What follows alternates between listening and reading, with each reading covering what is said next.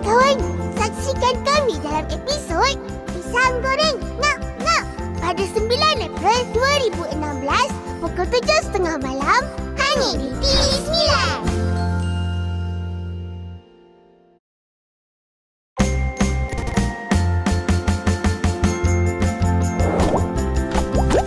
Upin Ipin musim ke-10.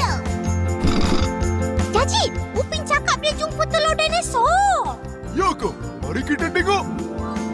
Kawan-kawan, saksikan kami dalam episod telur apa tu? Pada 7 Mei 2016 pukul 7.30 malam hanya di TV9.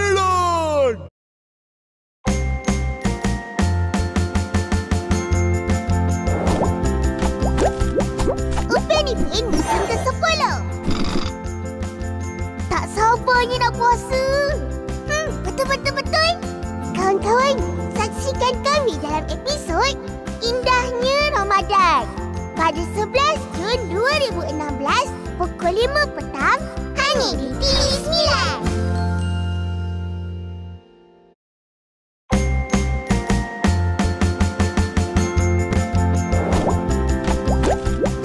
Upin Ipin musim ke-10.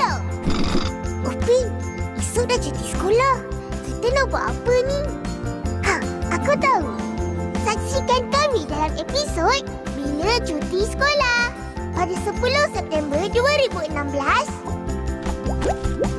Upin Ipin musim ke-10. Upin, boleh ke belalai hidup dalam bekas ni? Itulah. Kau tak tahu. Kawan-kawan, saksikan kami dalam episod Ekosistem pada 17 September 2016 pukul 7.30 malam hanya di TV9.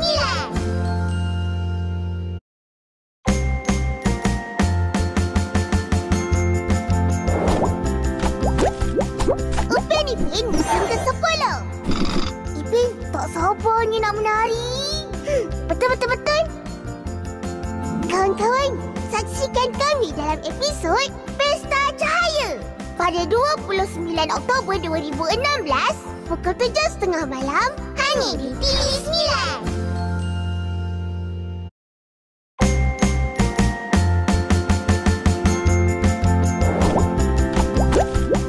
Upin Ipin musim ke-10. Opa, tolong! Bahaya! Jangan dekat! Betul.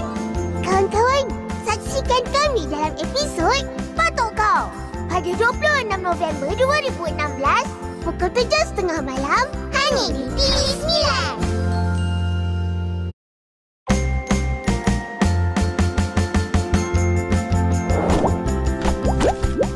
Upin Ipin musim ke-10. Ipin, macam kita lah. Betul. Kawan-kawan, saksikan kami dalam episod Aku Sebuah Jam pada 24 Disember 2016 pukul 7.30 malam hanya di TV9.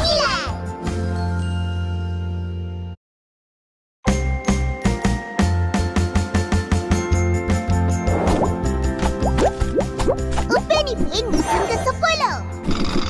Ipin, cuba buka TV. Ada apa? Tengoklah nanti. Kawan-kawan, saksikan kami dalam episod Animasi Terakhir pada 31 Disember 2016 pukul 7.30 malam hanya di TV9.